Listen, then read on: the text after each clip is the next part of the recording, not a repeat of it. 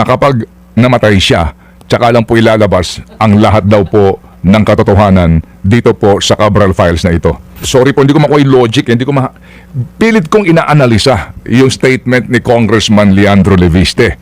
Ang sinasabi niya, mangiyak-ngiyak siya, na kapag daw po siya'y, wag naman po mangyari, pag daw po siya'y namatay, may mangyari po sa kanya. Ilalabas daw po ang lahat daw po ng katotohanan dito po sa hawak niyang files na ito tungkol daw sa malawakang korupsyon sa ating gobyerno. So ang tanong natin, so hanggat buhay siya, magiging lihim na lamang ito?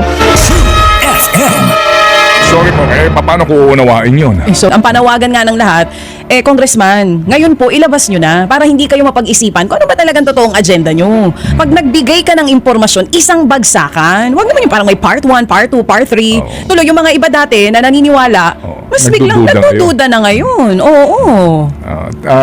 Ilabas nyo na po listahan ng mga kurakot kung meron man kayo dyan. Ano yung preba? Oo. Ano ito? Kasi sa pananaw po ng iba, parang may something.